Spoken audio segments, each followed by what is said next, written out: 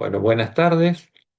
Hoy empezamos el estudio de el mensaje de Elías y lo vamos a estudiar en días sucesivos. Hoy, mañana, lunes, pasado, el martes, el miércoles y el jueves. 5 días vamos a estudiar el mensaje de Elías.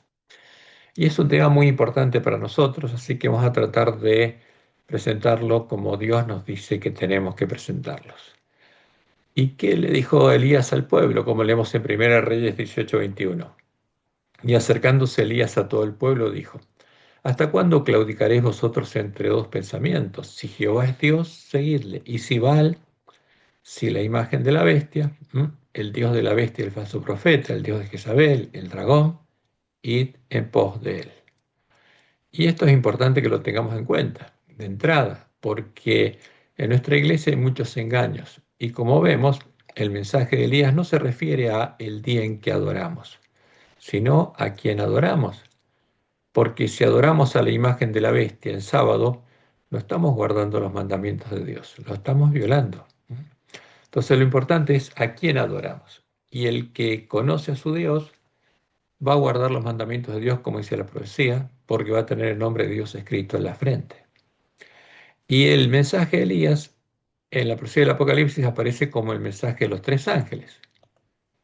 El mensaje del primer ángel dice: vi volar por el medio del cielo a otro ángel, que ya no es el ángel de la Odisea, que es desventurado, miserable, está pobre, ciego y desnudo, sino que ahora tiene el Evangelio eterno. O sea, recuperó el conocimiento de la verdad echada por tierra, que es el primer trabajo del pueblo adventista, para predicarlo a los moradores de la tierra en primer lugar. ¿A quiénes?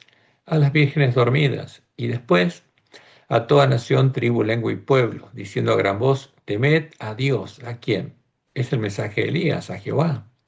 Y dadle gloria, porque la hora de su juicio ha llegado. Y adorad a aquel que hizo el cielo y la tierra, el mar y las fuentes de las aguas, como dice Éxodo 20:11. Porque en 6 días hizo Jehová. Es llamado a adorar a Jehová. Este es el mensaje de Elías, ¿no?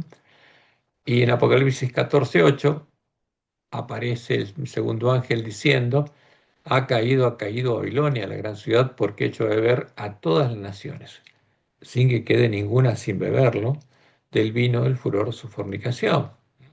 No queda ninguna que no lo haya bebido, todas la bebieron. Y el tercer ángel, justamente, advierte qué va a pasar si adoramos a la imagen de la bestia, al dios de la bestia y el falso profeta. Y el tercer ángel lo siguió diciendo a gran voz: si alguno adora a la bestia y a su imagen, a su ídolo, al dios de la bestia y el falso profeta, al dragón, y recibe la marca en su frente o en su mano, y llega a ser parte de la simiente de la serpiente, porque eso es lo que Dios anunció que pasaría, Génesis 3:15. El dragón tendría hijos y Dios también tendría hijos.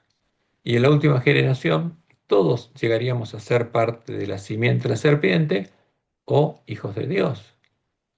Pero si alguno recibe la marca de la bestia en su frente o en su mano, él también beberá del vino de la ira de Dios, que ha sido vaciado puro en el cáliz de su ira. ¿Y quién lo van a beber? Como lo termina diciendo: los que adoran a la bestia y a su imagen, ni nadie que reciba la marca de su nombre. Ese es el tema. Y como dice Elena White, como pueblo nos encontramos en peligro de dar el mensaje del tercer ángel de una manera tan indefinida que no impresiona a la gente. Nuestro mensaje es un mensaje de vida y muerte. Y debemos permitir que este mensaje aparezca como es, el gran poder de Dios. Entonces el Señor lo hará eficaz. Y termina diciendo: hemos de presentarlo con toda su fuerza notable, de forma clara y directa, porque el tema es si adoramos a Satanás y a los demonios o a Jehová. ¿A quién adoramos? Y de acuerdo a nuestra decisión, a nuestra elección, vamos a ser trigo y cizaña, o sea, hijos de Dios o hijos del diablo. Y por eso hay que predicarlo en forma clara y directa el mensaje de Elías. Y vamos a la primera parte de nuestro mensaje, porque era la introducción. ¿Cuál es nuestra misión? Los adventistas del séptimo día tenemos la misión de profetizar de nuevo, predicando el mensaje de Elías en el fuerte pregón del mensaje del tercer ángel, mostrándole a todos los hombres cuál es la verdad echada por tierra por el hombre pecado, que comprende varios aspectos. Primero, el conocimiento del único Dios verdadero y del verdadero Mesías, el santo, el verdadero Jesús, como leemos en Juan 17:3. Y esta es la vida eterna, dijo Jesús, que te conozcan a ti, el único Dios verdadero, porque esto es una aclaración muy importante. ¿Quién es el único Dios verdadero? El Padre Jesús, y a Jesucristo a quien has enviado. Y segundo, el conocimiento del verdadero evangelio, el evangelio primitivo, el evangelio eterno, el evangelio del reino de Dios, como Jesús dice en Mateo 24:14. Y será predicado este evangelio del reino, porque el evangelio del reino de Dios es el evangelio eterno, en todo el mundo, para testimonio a todas las naciones, y entonces vendrá el fin. Ahora, si no lo conocemos al evangelio del reino de Dios, no podemos preparar el camino a la segunda venida de Jesús, y no puede venir el fin. Y tercero, el conocimiento de cuál es la imagen de la bestia, el Dios común de la bestia y el falso profeta, que es el disfraz cristiano de Satanás y los demonios, la abominación desoladora de la que habló el profeta Daniel. Y vamos a tener que predicarlo a quién, a todos nuestros hermanos, porque todos bebieron del vino del furor de la fornicación de la Gran Babilonia, porque no quedó ninguna nación sin beberlo. Y como leemos en Apocalipsis 19:20, y la bestia fue apresada y con ella el falso profeta, que había hecho delante de ella las señales con las cuales había engañado a los que recibieron la marca de la bestia y habían adorado su imagen. ¿Por qué recibieron la marca de la bestia? Por haber adorado a la imagen de la bestia. Y de ese modo a Satanás y los demonios. Estos dos fueron lanzados vivos dentro del lago de fuego que arde con azufre. Y también vamos a tener que predicar en el tiempo del fuerte pregón el anuncio de todos los eventos que van a suceder en el tiempo de angustia, el conocimiento que obtendríamos después de leer y oír las palabras de la profecía del Apocalipsis para poder empezar a guardarlas. Y la siguiente pregunta que incluimos en nuestro estudio es: ¿cuándo deberemos predicar el fuerte pregón?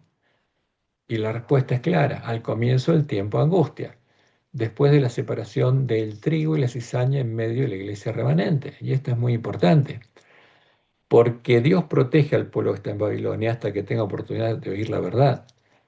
Y primero va a oír la verdad el pueblo adventista. Primero va a escuchar el mensaje de Elías el pueblo adventista. Y por eso, cada uno va a tomar una decisión consciente de a quién va a adorar.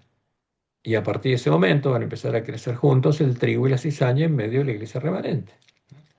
¿Hasta qué? Hasta que haya trigo maduro y cizaña madura, como Jesús lo dijo en Mateo 13:40 al 43.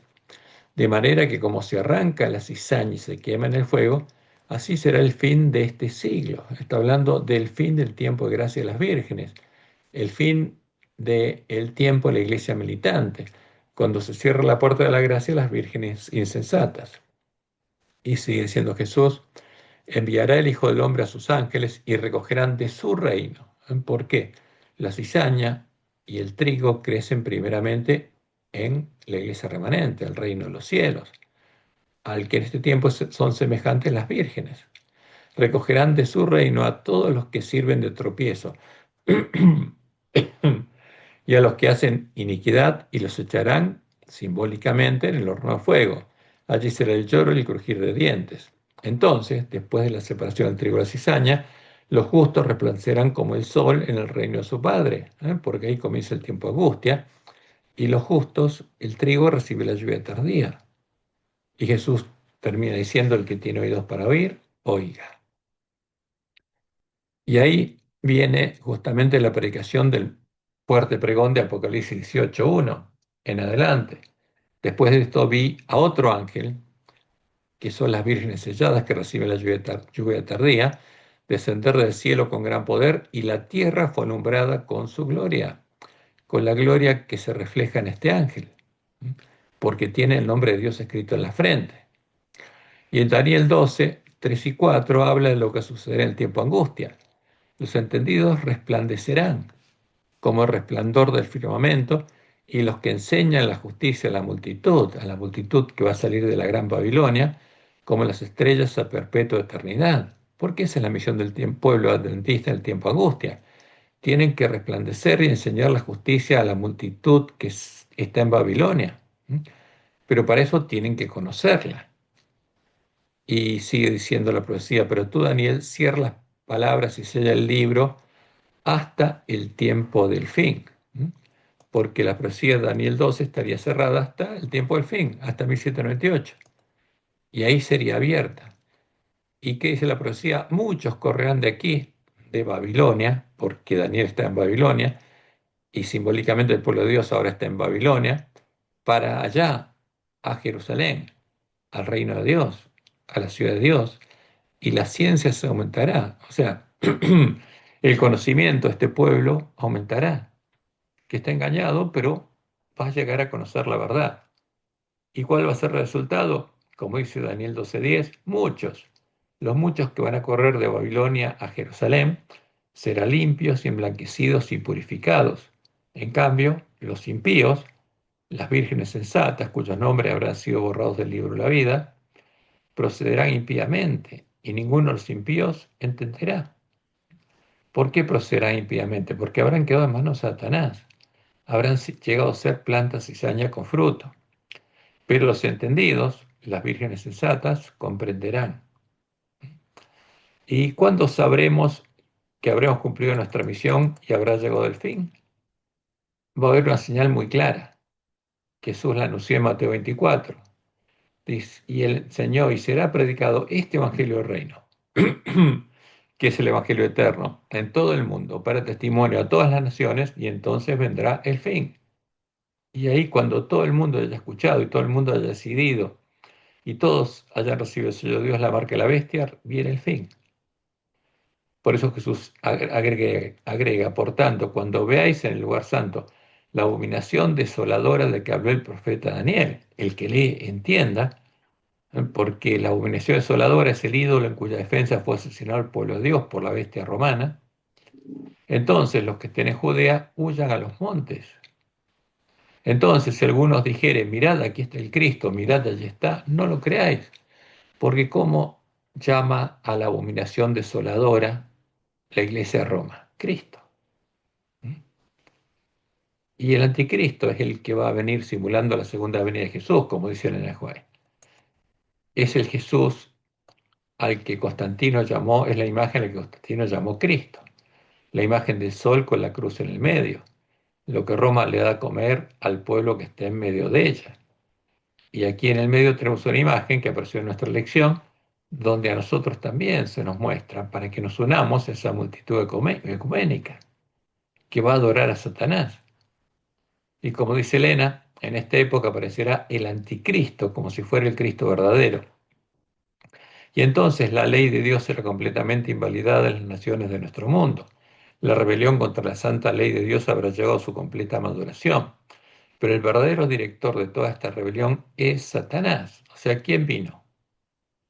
Es Satanás. ¿Cuál es la abominación desoladora? Es el disfraz de Satanás. Porque el que viene, como la abominación desoladora, como el falso Jesús, es Satanás. Pero el verdadero director de toda esta rebelión es Satanás vestido como un ángel de luz. Los hombres serán engañados y lo exaltarán al lugar de Dios y lo deificarán. Pero la omnipotencia se interpondrá contra las iglesias apóstatas que se unan para exaltar a Satanás. Y fíjense, ese es el claro objetivo del ecumenismo. Roma y las iglesias caídas se unen para adorar a Satanás. Y nuestros dirigentes se están uniendo a esa unión. ¿Para qué? Para exaltar a Satanás. Y se pronunciará la sentencia, por lo cual en un solo día vendrán sus plagas, muerte, llanto y hambre, y será quemada con fuego, porque poderoso es Dios el Señor que la juzga. O sea, la venida de Satanás simulando la segunda venida es la señal que nos indica que llegó el fin y que están por caer las plagas. Y como Jesús dice, entonces habremos cumplido nuestra misión y tendremos que salir de todos los lugares donde estemos porque van a empezar a caer las plagas. Llegó el fin. Nadie más podrá ser salvo. Y como leemos en Apocalipsis 6, 1 y 2, oí una gran voz que decía desde el templo a los 7 ángeles, que tenían las 7 copas, id y derramad sobre la tierra las 7 copas de la ira de Dios. Fue el primero y derramó su copa sobre la tierra y vino una úlcera maligna y pestilente sobre los hombres que tenían la marca de la bestia, la marca de Satanás, ya eran plantas y cizaña con fruto, y adoraban su imagen, adorando a Satanás y a los demonios, adoraban a la imagen de la bestia. ¿Mm? Por eso, cuando llegue el fin, todos los hombres tendrán el sello de Dios y serán hijos de Dios, parte de la simiente de la mujer vestida de sol, o tendrán la marca de la bestia y serán parte de la simiente de la serpiente, hijos del diablo.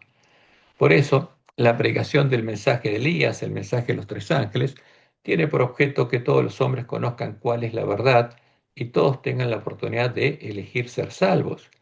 Y el responsable de eso en el tiempo de angustia somos nosotros. Y tenemos que estar preparados para poder predicar. Como leemos en Génesis 3:15. Y pondré enemistad entre ti y la mujer, le dijo Jehová a la serpiente. Y entre tu simiente, entre tus hijos, los hijos del diablo, y la simiente suya, ¿no? Los hijos de Dios. Esta te herirá en la cabeza y tú le herirás en el calcañar. Ahora la pregunta es clara, ¿podemos predicar el mensaje de Elías si no leímos y oímos las palabras de la profecía del Apocalipsis y no conocemos cuál es la verdad? Y la respuesta también es clara, no, no podemos. Hasta que el pueblo adventista no conociera cuál es la verdad, no podría predicarla y no estaría haciendo la obra que Dios le encargó hacer para preparar el camino a la segunda venida de Jesús. Pues por eso, Dios prometió enviar al profeta Elías en primer lugar a nosotros, a los miembros de la iglesia remanente, que estaríamos ciegos y en la condición del ángel de la Odisea, para que nos despertara de nuestro sueño y nos mostrara cuál es la verdad. Como dice Elena de White en Testimonios para los Ministros, página 475, la profecía debe cumplirse. ¿Qué pasaría? Como Israel estaríamos adorando a quien, a Baal, al dios de Jezabel, y nuestros ministros se habrían convertido en profetas de Baal, porque eso es lo que pasaba cuando Dios tuvo que mandar al profeta Elías. Y agrega Elena, el Señor dice aquí, yo os envío al profeta Elías, antes que venga el día de Jehová grande y terrible, antes que comience el tiempo de angustia. Y agrega, alguien debe venir con el espíritu y el poder de Elías. ¿Quiénes van a venir? Todos los siervos fieles y prudentes a los que Dios prepare, todo el que clame a Dios y haciendo la obra del hombre de la escobilla, Dios lo prepare para conocer cuál es la verdad. Y acercándose Elías a todo el pueblo, dijo, ¿hasta cuándo claudicaréis vosotros entre dos pensamientos? Si Jehová es Dios, seguidle. Y Jehová no cambia. Y si Baal, si la imagen de la bestia, el dios de Jezabel, ¿no? El dios de la bestia, el falso profeta, el dragón, id en pos de él. Y esa es la decisión que tenemos que tomar. Y de esa decisión depende si seremos trigo o cizaña. Ahora, ¿qué estaría pasando en nuestra iglesia? En el campo del padre familia. Y estaría pasando lo mismo que sucedió en Israel, cuando Acab se casó con Jezabel para hacer un pacto de paz con su padre, el rey de Tiro y Sidón, tipo profético de Satanás, y Dios tuvo que enviarle a su pueblo el profeta Elías, porque Acab y Jezabel lo estaban engañando.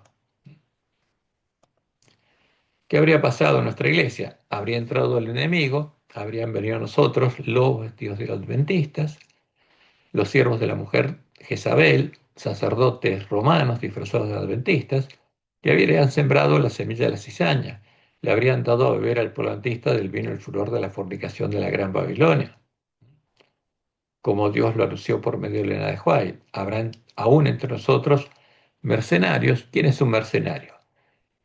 El que, como Balaam, por la plata, hace algo que sabe que está mal.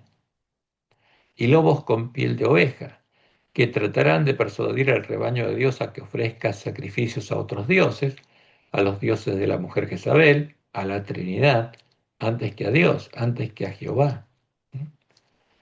Y tenemos otra cita que es muy interesante, que dice antes que la obra de la apostasía se desarrolla al máximo, porque la iglesia adventista dejaría de ser la iglesia leal a Jehová y adoraría al Dios de Jezabel. Habrá una confusión de la fe, no habrá ideas claras y definidas concernientes al misterio de Dios. Una verdad tras otra será corrompida. O sea, todo lo que habría avanzado el pueblo adventista en el conocimiento de la verdad sería corrompido para llevarnos a adorar lo mismo que adoran la bestia y el falso profeta. Y en su ceguera, como Dios le mostró a Nehuá, nuestros ministros estarían comiendo y viviendo con los borrachos, habrían abrazado al engañador y el testigo falso, estarían llamando Jesús a Satanás. se habrían convertido en profetas de Baal y estarían sembrando la semilla de la cizaña en nuestra iglesia. Además, estarían predicando la falsa profecía encendida en la infernal tea satánica, la falsa profecía creada por Satanás para engañar al pueblo adventista. ¿Mm? Y en Testimonios de para los ministros, páginas 409 y 410, leemos: ministros no santificados se están alistando en contra de Dios. O sea, nuestros ministros trabajarían en contra de Dios, en contra de Jehová. Están alabando a Cristo y al Dios de este mundo al mismo tiempo, para quedar bien con las iglesias caídas. Mientras profesan recibir a Jesús, abrazan a Barrabás. Y por sus acciones dicen, no a este, sino a Barrabás. Presten atención todos los que leen estas líneas. Satanás se ha jactado de lo que él puede hacer. Quiere destruir la unidad que debe existir en la iglesia y por la cual oró Cristo, dice. Saldré y seré un espíritu mentiroso para engañar a los que pueda, para criticar, para condenar, para calumniar. Y agrega Elena, albergue al engañador y al testigo falso. ¿A quién? A Satanás, al falso Jesús. Una iglesia que ha tenido gran luz, gran evidencia, y esa iglesia desechará el mensaje que el Señor ha enviado y recibirá los más irrazonables acertos, falsas suposiciones y falsas teorías. ¿No? Él vino a Babilonia. Y agrega, Satanás se ríe de la insensatez de ellos porque él sabe cuál es la verdad. ¿Y cuál va a ser el resultado? Muchos ocuparán nuestros púlpitos sosteniendo en las manos la antorcha de la falsa profecía encendida por la infernal tea satánica. O sea, ¿qué profecía se predicaría desde nuestros púlpitos? Y el púlpito de mayor alcance es la lección de escuela sabática. La falsa profecía. No va a haber verdadera profecía ni verdadera doctrina en nuestras publicaciones. Y agrega, si se albergan dudas e incredulidad, los ministros fieles serán retirados. Si algún ministro empieza a dudar de lo que se está enseñando, le van a quitar el púlpito. Serán retirados de entre aquellos que creen saber tanto. Oh, si también tú conocieses, dijo Cristo, a lo menos en este día, lo que es para tu paz, cuando habló sobre Jerusalén, mas ahora está encubierto de tus ojos. Esa sería la condición de nuestros ministros. Y es lo que Dios anunció que pasaría. Y cuando vemos que está pasando, simplemente tenemos que tener más fe en Dios, porque Él anunció todo lo que iba a pasar. Entonces, como acá, el rey de Israel, nuestros dirigentes habrían hecho un pacto de paz con el padre de la mujer Jezabel, el rey de Tiro y Sidón, símbolo de Satanás. Habrían hecho un pacto con la muerte y, como el pueblo de Israel en Sittim, estarían fornicando con otras mujeres, las iglesias caídas, y adorando a sus dioses, adorando a Baal. Como leemos en el conflicto de los siglos, página 666. Conforme vaya acercándose la tempestad, o sea, el tiempo de angustia, muchos que profesaron creer el mensaje del tercer ángel, pero que no fueron santificados por la obediencia a la verdad, abandonarán su fe e irán a engrosar las filas de la oposición al mensaje del tercer ángel, uniéndose con el mundo. Fíjense, el mensaje de los tres ángeles separa al pueblo adventista. ¿Y qué harían estos ministros? Se unirían con el mundo y participando de su espíritu. ¿No? ¿Qué espíritu habita en la bestia y falso profeta? Espíritus de demonios. Llegarán a ver las cosas casi bajo el mismo aspecto. Hombres de talento y elocuencia, que se gozaron un día en la verdad, emplearán sus facultades para seducir y descarriar almas. Y eso está pasando en nuestra iglesia, tristemente. Pero es lo que Dios anunció que iba a pasar, para que nosotros no nos desanimáramos.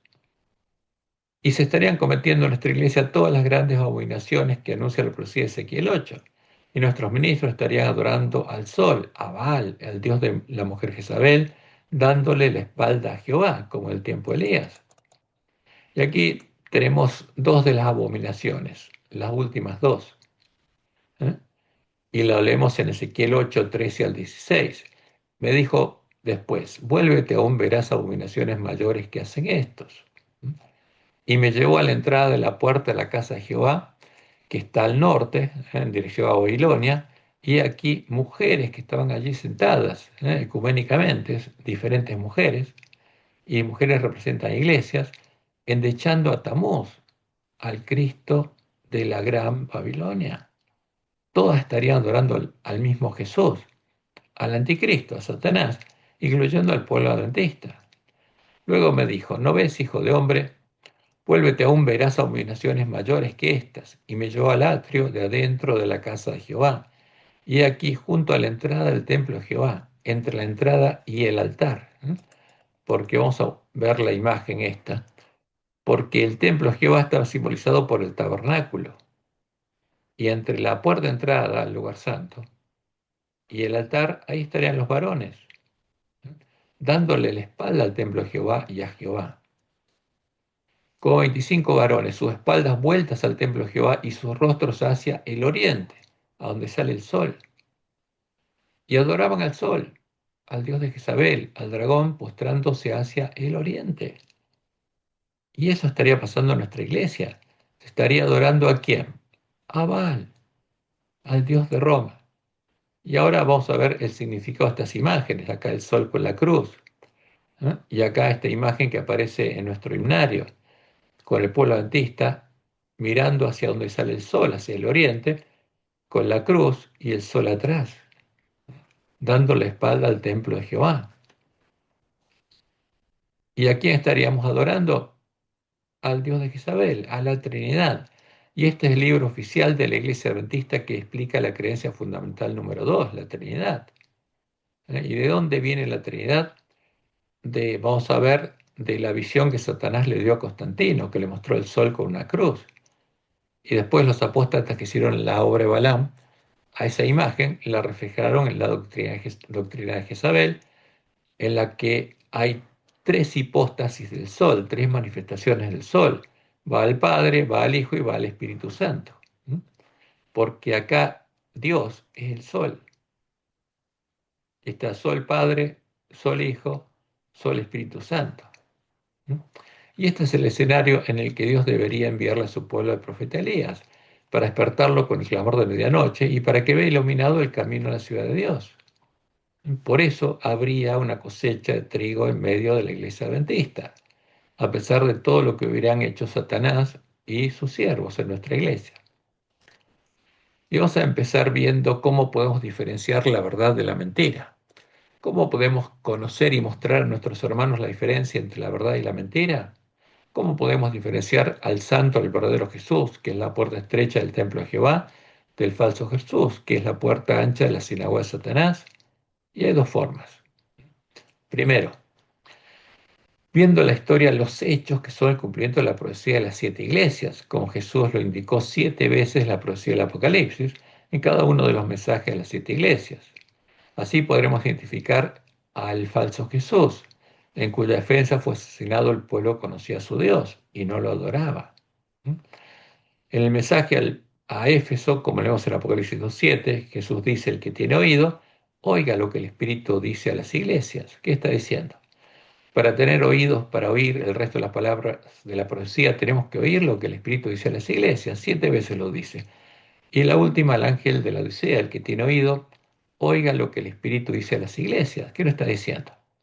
Tenemos que entender el cumplimiento de la profecía de las siete iglesias, porque ya pasó, estamos en tiempo de la última, estamos en la Odisea, todo lo otro ya se cumplió. Y por eso, como dice Elena de White,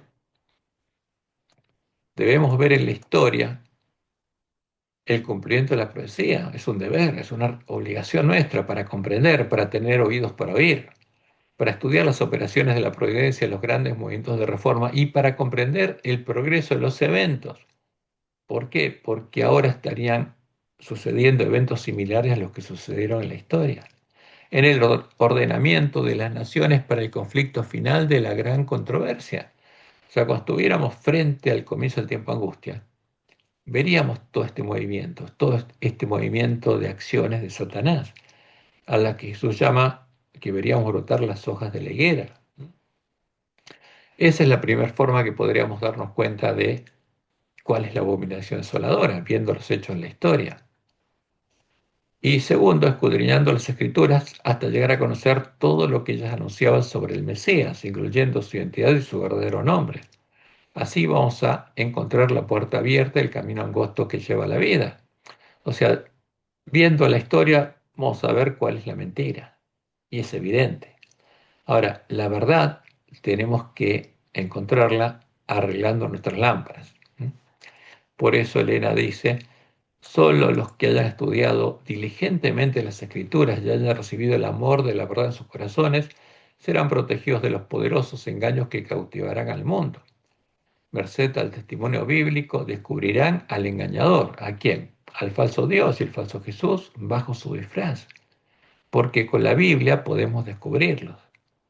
Y tenemos dos citas más, donde ella nos dice lo que tenemos que hacer. El Señor ha dado una regla para detectarlos, a la ley y al testimonio. Si no dijeren conforme a esto es porque no les ha amanecido, ¿no? Y después dice, nuestra consigna debe ser a la ley y al testimonio. Si no dijeren conforme a esto es porque no les ha amanecido. Entonces, todo lo que se aparte de la ley, el testimonio y los profetas, no es verdad. A la ley y al testimonio. Entonces, de ese modo, descubriríamos al engañador bajo su disfraz. Y en esta primera parte, en este primer día de estudio, vamos a seguir el primer camino, lo que nos permitirá ver en la historia el cumplimiento de la profecía e identificar el significado de los símbolos del mensaje de Jesús a las siete iglesias y comprobar que lo que Dios le mostró a Juárez sobre lo que sucedió en la historia de las persecuciones de la verdadera iglesia es correcto. Entonces, ahora vamos a continuar viendo el cumplimiento de la profecía en la historia, que es un deber para nosotros. Ahora, ¿quién es el santo, el verdadero Jesús? Como Jesús mismo lo anunció, Él es la puerta de las ovejas, Él es la puerta del templo de Jehová, la puerta estrecha por la que entraban los miembros de la iglesia primitiva al templo de Jehová. Como dice Salmo 18, 19 al 23. Abridme las puertas de la justicia, entraré por ellas, alabaré a Jehová. Esta es puerta de Jehová. Por ella entrarán los justos. Te alabaré porque me has oído y me fuiste por salvación. La piedra que se echaron los edificadores ha venido a ser cabeza del ángulo. ¿De qué edificio? Del templo de Jehová en el nuevo pacto. De parte de Jehová es esto y es cosa maravillosa a nuestros ojos. ¿Por qué? Porque el verdadero Jesús no solo es la cabeza del ángulo del templo de Jehová, la piedra angular, sino también es la puerta del templo de Jehová. Y para encontrar la puerta abierta, tendríamos que encontrar al verdadero Jesús. Y el templo de Jehová es el antitipo del tabernáculo, del santuario, que es un símbolo del Edén, de Canaán, del reino de Dios. Y el atrio es un símbolo de la gran ciudad que se llama Babilonia, Sodoma y Egipto, donde están los esclavos del pecado, los pecadores. El lugar donde Dios confesó y cargó nuestros pecados sobre su cordero, y Él murió tomando nuestro lugar. ¿Dónde? En el lugar donde estaban los esclavos del pecado, para redimirnos de la esclavitud en el reino del pecado y la muerte, y para que pudiéramos vivir donde Él vivía, en el templo de Dios. Entonces, y eso es importante, porque el altar, ¿dónde está? Afuera del templo de Dios, en medio de la gran ciudad que se llama Babilonia, Sodoma y Egipto. Y ahí estaría adorando el polantista al dragón, postrándose hacia el oriente. Postrándose hacia el oriente, adorando al Dios de la Gran Babilonia y creyéndose rico, sin saber qué es lo que estaría haciendo. Y leemos en Juan 7, 10 Juan 10, 7 al 10. Volvió pues Jesús a decirles, de cierto os digo que yo soy la puerta de las ovejas. Esa puerta abierta, ¿quién es? Es Jesús, el verdadero. Todos los que antes de mí vinieron, ladrones son y salteadores, pero no los oyeron las ovejas. Yo soy la puerta. El que por mí entrare será salvo. Y entrará y saldrá y hallará pastos. El ladrón, y acá está hablando del falso Jesús, el engañador y el testigo falso, no viene sino para hurtar y matar y destruir. Yo he venido para que tengan vida y para que la tengan en abundancia. Ahora, ¿cuál es el falso Jesús? ¿Y cuándo se disfrazó Satanás, el engañador y el testigo falso, del falso Jesús? Como podemos ver claramente en la historia, fue a comienzos del siglo IV, en el tiempo de la apostasía de Balaam, como también Dios le mostró a Juan en la visión del gran conflicto, en la que le mostró cuál es la bandera negra de los paganos, la bandera de Satanás, la bandera que llevaron los apóstatas para recibir la recompensa que les había prometido Constantino, y cuál es la bandera de la iglesia primitiva, la bandera que Dios le dio al pueblo adventista, la bandera que llevarán los 144.000 sellados del pueblo adventista. Y esta es la revelación que Dios le dio, la visión donde ella vio simbólicamente lo que sucedió en la gran apostasía. Esto me fue presentado de la siguiente manera. Una gran compañía de idólatras paganos llevaba una bandera negra, sobre la cual se veían figuras o imágenes del sol, la luna y las estrellas. Esta bandera, ¿qué tenía? Las imágenes de los dioses paganos, a los que adoraban los paganos. Esta compañía parecía feroz y airada. Se demostró luego otra compañía que llevaba una bandera de un blanco puro, sin ninguna imagen, sobre la cual estaba escrito: pureza y santidad, ¿a quién? A Jehová. Esta es la bandera de la iglesia primitiva, esa es la bandera que Dios le dio al pueblo adventista, es la bandera que tiene que elevar el pueblo adventista. ¿Mm? ¿Y qué decía? Pureza y santidad a Jehová. Esto es lo que van a elevar los que prediquen el mensaje de Elías. Sus rostros se distinguían por su firmeza y una resignación celestial. Vi a los paganos idólatras acercárseles y hubo una gran matanza. Es la matanza con la que finalizó el periodo de Esmirna, desde el 303 al 313 después de Cristo, 10 años como Jesús lo había anunciado. Y agrega Elena, los cristianos aparecieron delante de ellos y sin embargo la compañía cristiana estrechó sus filas y sostuvo con más firmeza la bandera.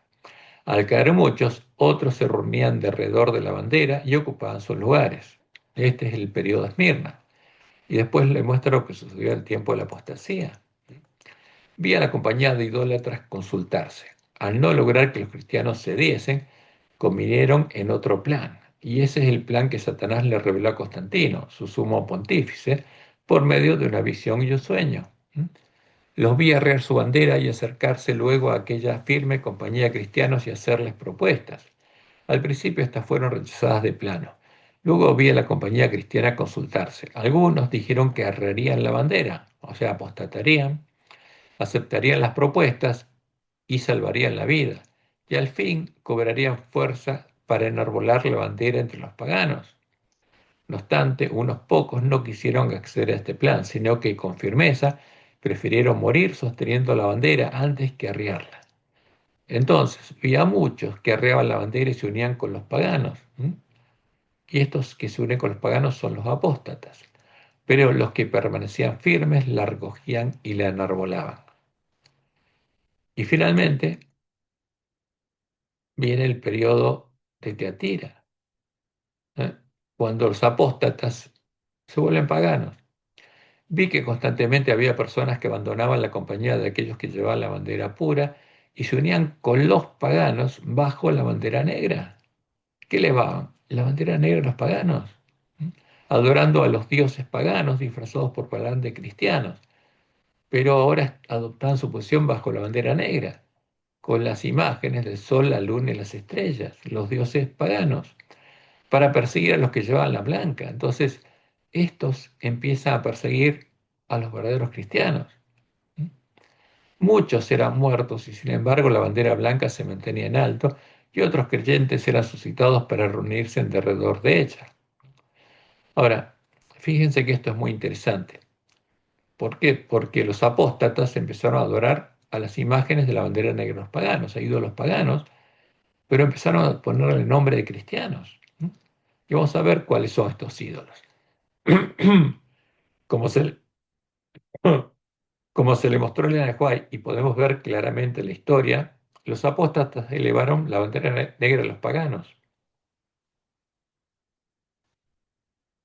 con las mismas imágenes de los dioses paganos, dado que las imágenes de los dioses paganos habían sido disfrazadas de cristianas en la que Jesús llama la doctrina de Jezabel, la doctrina de la Trinidad, y se convirtieron en asesinos de sus hermanos, en hijos del diablo, por haberse convertido en habitación de demonios y haber llegado a conocer las profundidades de Satanás. Y eso es lo que Jesús anunció. En Apocalipsis 2.14 habla de los que harían la obra de Balaam.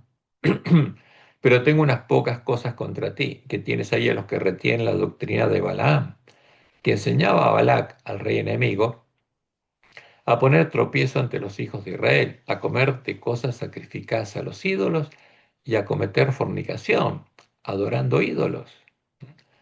Eso es lo que hicieron los apóstatas que se unieron a Constantino. Y después viene el tiempo de Tiatira. Pero tengo unas pocas cosas contra ti, que toleras que esa mujer Jezabel, que es la religión pagana del Imperio Romano, que se dice profetiza ahora, que está disfrazada de iglesia, ¿m? Enseña y seduzca a mis siervos a fornicar, o sea, a adorar ídolos, y a comer cosas sacrificadas a los ídolos. Pero a vosotros y a los demás que están en Tiatira, a cuantos no tienen esa doctrina, fíjense, esa doctrina es la que lleva a conocer las profundidades de Satanás, y no han conocido lo que ellos llaman las profundidades de Satanás, o sea, no son hijos del diablo, yo os digo, no os impondré otra carga. Y esto es muy interesante porque podemos verlo claramente en la historia, el cumplimiento de esta profecía. En la historia podemos identificar clara e inequívocamente quién es la mujer Jezabel y cuál es su doctrina. Y vamos a relacionar a la bandera negra de los paganos y la imagen de la bestia, porque la imagen de la bestia es una de las imágenes de la bandera negra de los paganos. La bandera negra de los paganos es la bandera que levantó a las hijas de la Gran Babilonia, todas las rameras de la tierra, todas las mujeres que adoran al dragón, cada una bajo su propia tradición, y contiene las imágenes de todas las abominaciones, de todos los ídolos de las rameras de la tierra, incluyendo los ídolos de la mujer Jezabel, que adora al dragón bajo la tradición cristiana de la Gran Babilonia, adorando a la abominación desoladora, a la imagen de la bestia. Esta es la mujer que, en defensa de la abominación desoladora, se embriagó de la sangre de los mártires de Jesús. Y en Apocalipsis 17 se describe esta mujer. Acá, fíjense, hay dos imágenes. La primera es la imagen del dragón que arrastró con su cola la tercera parte de las estrellas del cielo, porque en el cielo apareció la religión falsa, porque las estrellas del cielo, los ángeles caídos, adoraron al dragón en el cielo, y en el cielo apareció la Gran Babilonia. Y Satanás trajo a la Gran Babilonia en la tierra, y acá en la tierra sería madre de las rameras de la tierra. Y el dragón, su mujer y los reyes de la tierra. ¿Por qué? Porque la cabeza del dragón son montes, son reinos, donde sentaría su mujer. Y los cuernos del dragón son los últimos reyes de la tierra. La séptima cabeza del dragón es la bestia que subirá de la tierra a Estados Unidos. Y la Gran Babilonia es representada también como una bestia leopardina, ¿no?, que tiene 7 cabezas y 10 cuernos.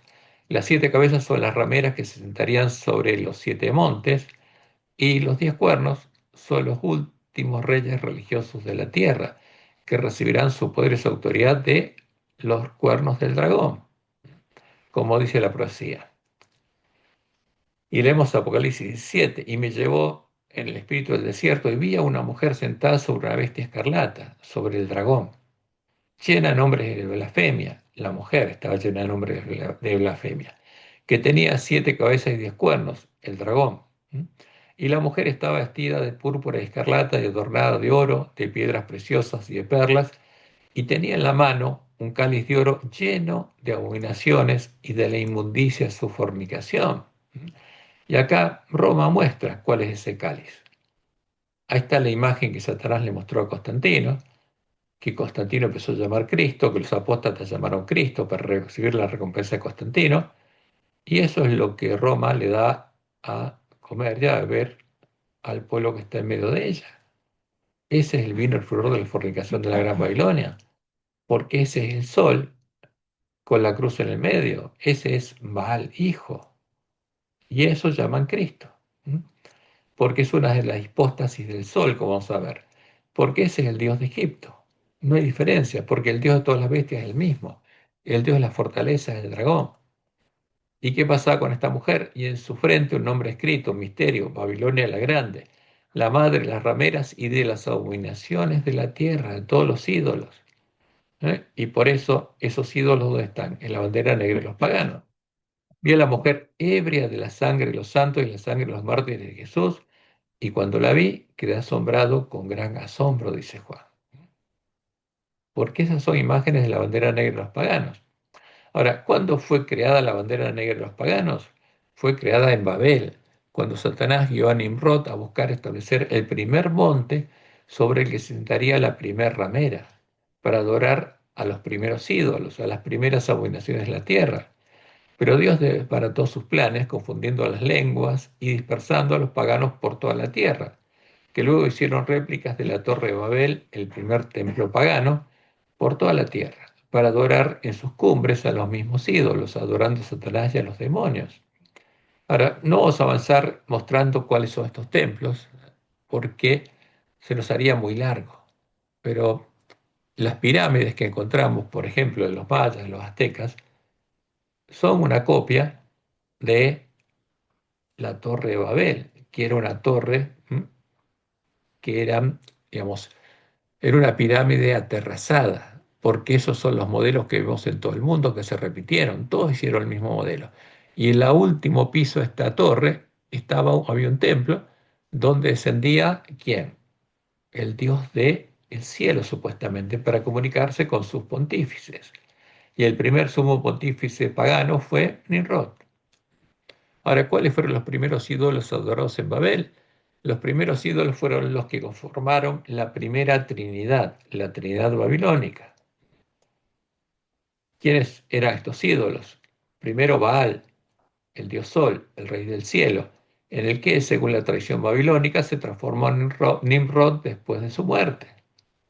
Después estaba Ishtar, la diosa luna, la reina del cielo, en la que, según la tradición babilónica, se transformó Semiramis, la esposa de Nimrod, después de su muerte.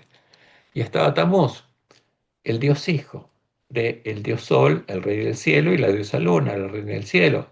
O sea, Baal hijo, el Cristo babilónico, que nace el 25 de diciembre y muere el miércoles de ceniza, en el que comienza la cuaresma, los 40 días en los que se endecha Tamuz, que finalizan con el domingo de resurrección de Tamuz. Ahora, ¿por qué lo nombramos? Porque, como Dios nos mostró y vimos en Ezequiel, nuestra iglesia estaría endechando a Tamuz junto a otras mujeres, porque la que festeja la cuaresma y la Semana Santa de Tamuz, que es la semana final de la cuaresma, que empieza el domingo de Ramos y finaliza el domingo de Resurrección, es Roma. Y el pueblo antista está festejando la misma fiesta, la Semana Santa de Tamuz, adorando a Tamuz, como anunció la profecía, al Cristo babilónico. Ahora, ¿qué pasó con los paganos dispersos de Babel? Siguieron adorando a las mismas imágenes de la bandera negra, a las que les cambiaron los nombres y agregaron tradiciones. Siguieron adorando al dios Sol, a Baal, el rey del cielo. Siguieron adorando a la diosa Luna, a Ishtar, la reina del cielo. Siguieron adorando a las estrellas, a los dioses hijos del Sol y la Luna, dentro de los cuales había uno principal, el Cristo babilónico, al que los babilonios llamaron Tamuz, los egipcios llamaron Horus, los medopersas llamaron Mitra, los griegos llamaron Apolo, y Constantino, los apóstatas que se unieron a él, llamaron Jesús. ¿Mm? Por eso el que adora al Jesús, al que adora Roma, adora a Tamuz. Y el que adora al Jesús, el que adora a Roma, adora a Horus. Y Horus es el becerro al que adoró el pueblo de Israel en el Sinaí. Porque los egipcios al padre de Horus, al sol, a Osiris, lo representaban como el toro. A la madre, a Isis, la representaban como la vaca. Y al hijo, a Horus, como el becerro. Y ese becerro es el que adoró el pueblo de Israel y está adorando el pueblo adventista, porque está adorando a Tamuz. Vamos a ver después claramente esto. Ahora, ¿cómo representaban los paganos a los dioses hijos? Con una cruz, un símbolo sagrado para todos los paganos que con la cruz de Malta representaban al dios Sol. Entonces fíjense que Jesús no murió en una cruz. La cruz apareció en la visión de Constantino. Y después se introdujo la cruz. Pero la cruz es un símbolo de los dioses hijos, es un símbolo de Satanás, no es un símbolo cristiano. Y nosotros tenemos himnos que, por ejemplo, nos hacen cantar que dicen, o yo siempre amaré esa cruz. ¿Cómo vamos a amar a Satanás? ¿Cómo vamos amar al instrumento con el que fue muerto Jesús? Vamos a amar esa cruz, somos cruzados, somos católicos. Entonces tenemos que tener claro esto.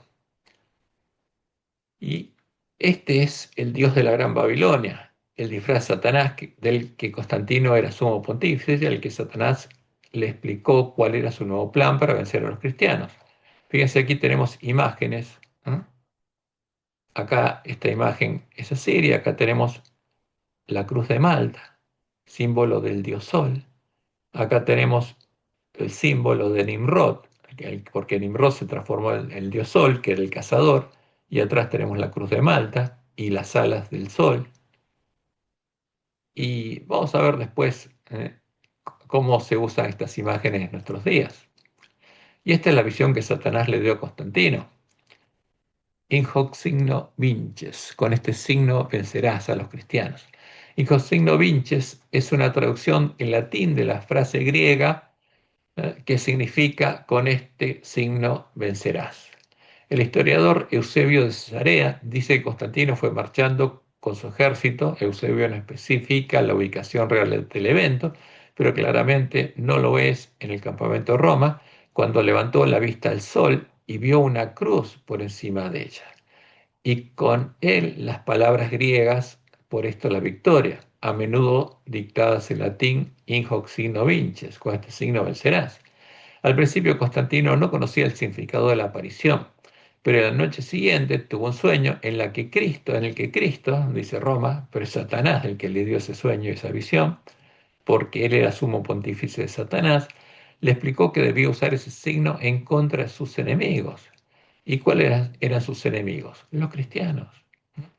Ahora, fíjense que estas son imágenes de la bandera negra de los paganos, porque Constantino adoraba al dios Sol invicto, a Mitra, el dios hijo. Entonces estaba el sol, estas son imágenes romanas, que estaba el dios Sol, acá estaban las estrellas, que estaban en las manos de la diosa Luna, que son los hijos del Sol y la Luna.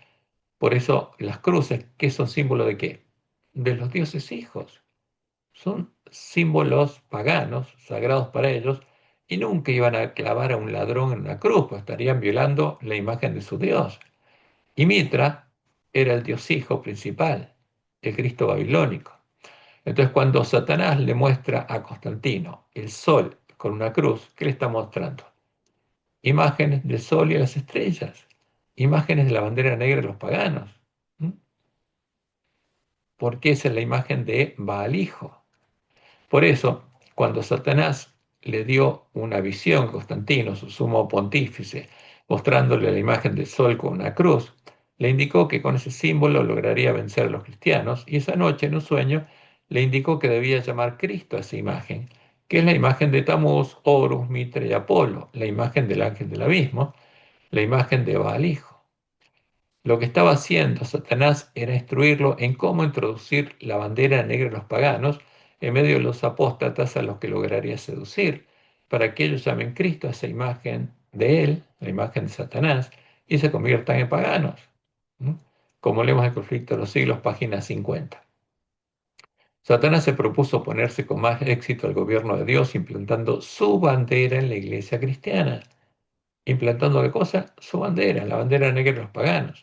Si podía engañar a los discípulos de Cristo e inducirlos a ofender a Dios, decaerían su resistencia, su fuerza y su estabilidad, y ellos mismos vendrían a ser presa fácil.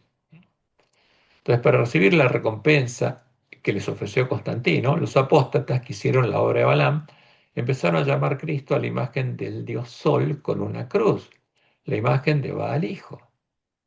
Y por hacerlo conscientemente se convirtieron en habitación de demonios.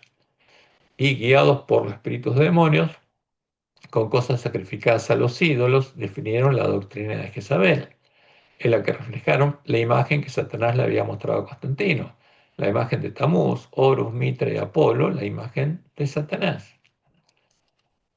Y después de llegar a conocer las profundidades de Satanás, los apóstatas que Constantino unió a la mujer Jezabel para crear las tropas a las que llamó la Iglesia Universal o Católica del Imperio Romano, se sentaron sobre la sexta cabeza del dragón, el sexto monte, para perseguir a sus antiguos hermanos y asesinarlos, con el objeto de extirpar la herejía de los cristianos que no adoraban a la imagen de la bestia, que no adoraban al nuevo Dios oficial de la bestia romana, que no adoraban a la Trinidad. Y eso lo hicieron mediante el edicto de Salónica del año 380. Como Dios había anunciado en Daniel 11, 31 al 33, y se levantarán de su parte, del reino del norte, que fue en ese caso fue Constantino, tropas, unas tropas especiales, la Iglesia Universal o Católica del Imperio Romano, que profanarán el santuario y la fortaleza, a la verdadera Iglesia de Cristo, y quitarán el continuo y pondrán la abominación desoladora, el Dios la Trinidad, en cuya defensa asesinarían al pueblo conocido a su Dios. Con lisonjas seducirá a los violadores del pacto, a los que harían la obra de Balaam, mas el pueblo conoce a su Dios, el remanente de la iglesia primitiva, la iglesia del desierto, se esforzará y actuará, y los sabios del pueblo instruirán a muchos y por algunos días caerán a espada y a fuego, en cautividad y despojo. Y como leemos el conflicto de los siglos, página 496, cuando la iglesia primitiva dice, pero acá hay un error, ¿no? Porque la iglesia primitiva no apostató, los apóstatas de la iglesia primitiva se corrompieron, ¿no? Porque la iglesia del desierto siguió siendo fiel a Jehová hasta que el lugar santuario de Dios fue echado por tierra en el siglo XIII. Entonces, cuando los apóstatas de la iglesia primitiva se corrompieron al apartarse de la sencillez del evangelio y al aceptar costumbres y ritos paganos, ¿qué pasó con ellos? Perdieron el espíritu del poder de Dios y que se hicieron habitación de demonios. Y para dominar las conciencias, esta nueva iglesia buscó el apoyo del poder civil. El resultado fue el papado, es decir, una iglesia que dominaba el poder del Estado y se servía de él para promover sus propios fines, especialmente para extirpar la herejía. ¿Y cuál es la herejía? La vemos en este edicto. ¿Qué dice el edicto de Tesalónica? Queremos que todos los pueblos, ¿eh? ¿Qué quiere que la bestia romana? Profesen la religión, eliminen la libertad religiosa. Queremos que todos los pueblos que son gobernados por la administración de nuestra clemencia profesen la religión. Por supuesto, obliga a tener una religión que el divino apóstol Pedro dio a los romanos, que hasta hoy se ha predicado como la predicó él mismo, lo que es mentira, y que es evidente que profesa el pontífice Dámaso y el obispo de Alejandría, o sea, el Papa Dámaso y el obispo de Alejandría. Pedro, hombre de santidad apostólica, dice. Esto es, según la doctrina apostólica y la doctrina evangélica, creemos en la divinidad, ya definen cuál es la religión. Es la creencia en que en la divinidad única del Padre, el Hijo y del Espíritu Santo, bajo el concepto de igual majestad y de la piadosa Trinidad. O sea, la bestia romana obliga a todos los hombres a adorar a qué cosa? A la Trinidad, a la imagen de la bestia. ¿Mm? La imagen a la que adoraba la bestia. Y la Trinidad es la imagen de la bestia. Y es muy claro eso. Ordenamos que tengan nombre cristianos católicos, la marca que ponía la bestia romana, los que adoraban a la imagen de la bestia, quienes sigan esta norma, mientras que los demás los declaramos, los juzgamos dementes y locos. ¿Qué pasaba con los demás? Perdían sus derechos civiles y no podían comprar ni vender, porque lo mismo que hizo la bestia romana lo va a hacer la bestia que sube de la tierra, sobre los que pesara la infamia de la herejía. ¿Cuál es la herejía? No adorar a la Trinidad. ¿Y qué querían? Asesinar a los que no adoraban a la Trinidad. Sus lugares de reunión no recibirán nombre de iglesias y serán objeto primero de la venganza divina y después serán castigados. O sea, serán asesinados en defensa de la imagen de la bestia, la abominación desoladora, la Trinidad, por nuestra propia iniciativa que adoptaremos siguiendo la voluntad celestial. ¿La voluntad de quién? La voluntad de Satanás. Porque se elevaron la bandera negra los paganos, y la bandera negra de los paganos era la Trinidad. ¿Qué está buscando? Hay un micrófono abierto, Carlos. por favor, si pueden cerrarlo, hermanos. Ah, pero aquí no. Sí. No, pues estaba buscando la gente por Facebook, pero tampoco. No, ¿Pueden cerrar el micrófono, por favor? lo conseguimos por internet. Sí, la próxima por el tema de tallar. Es nada, pues sí. Bueno, voy a tener Entonces, que cerrarlo yo. ya le veo, sí. Ok. Bueno, aquí tenemos un gráfico donde presentamos los periodos proféticos y las 8 iglesias, ¿eh? porque no son siete, hay ocho en la profecía del Apocalipsis. Las siete son las que definen la etapa de la iglesia militante, pero la octava iglesia, la que va a predicar el fuerte pregón, es la iglesia triunfante, la Nueva Jerusalén. Entonces la etapa inicial comenzó con la iglesia de Éfeso en el año 31, periodo de Éfeso, que es el tiempo de la iglesia apostólica hasta que en el año 100 muere Juan. Después viene Esmirna, que termina con los 10 años de persecución, desde el 303, cuando Diocleciano decreta el exterminio de los cristianos, hasta el 313, cuando Constantino decreta la libertad religiosa y se usa a los apóstatas, que hacen la obra de Balaam. Y Pérgamo es cortito, son 12 años. ¿Por qué? Porque en el 321 Constantino decreta el descanso dominical obligatorio, y Silvestre I traslada el sábado el descanso a la iglesia de Roma de sábado al domingo. Pero esta es la ley dominical pasiva, que como Dios nos dice por medio de Elena de White, no tiene un impacto negativo en nosotros, simplemente hay que respetarla, porque es una ley civil. Ahora, en el 325 Constantino convocó al Concilio Ecuménico de Nicea y fue definida la doctrina de Jezabel, la doctrina de la Trinidad, oficialmente, entre arrianos y trinitarios. Y a partir de ese momento, los que tenían esa doctrina llegaron a conocer las profundidades de Satanás, no solamente arrianos, sino también trinitarios. Y el año 380 viene el edicto de Tesalónica, cuando empieza de nuevo la persecución. Y la bestia romana reanuda la persecución en defensa de la imagen de la bestia, en defensa de la Trinidad, hasta que a finales del siglo XIII es exterminada la iglesia del desierto, y la verdad y el lugar santuario de Cristo son echados por tierra, porque como Dios le había anunciado, sostuvo su iglesia en el desierto por 1260 años, del año 31 al año 1291. Y a partir de ese momento se perdió el conocimiento de la verdad. Y llega el periodo de Sardis, que es el peor periodo de la historia de la iglesia cristiana, donde el ángel de Sardis tiene nombre que vive, pero está muerto. Se llama cristiano, pero está muerto. ¿Por qué? Porque no conoce la verdad, está adorando a la imagen de la bestia. Está en medio de la iglesia universal o católica del Imperio Romano, hasta que en 1517 Dios levanta la iglesia de Reforma y la iglesia de Reforma sale de Babilonia buscando la verdad.